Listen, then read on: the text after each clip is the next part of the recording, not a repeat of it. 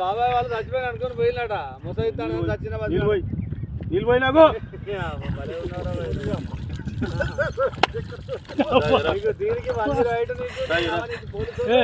ఎందుకు పన్న వాళ్ళ కాయ పండు ఎందుకు అనుకున్న వాళ్ళ ఈ చల్లదనానికి ఎండకు చేయలేక కన్నీకి ఓడిపోయి వచ్చిన గెవలేక ఏం చేసావు 10 రోజుల నుంచి గణేట్ చేత నాతో గట్టించి నా కష్టం దోచుకొని గణేట్ రాయ్ నాకు అంటే డబ్బులు ఇచ్చారు కానీ క్షమ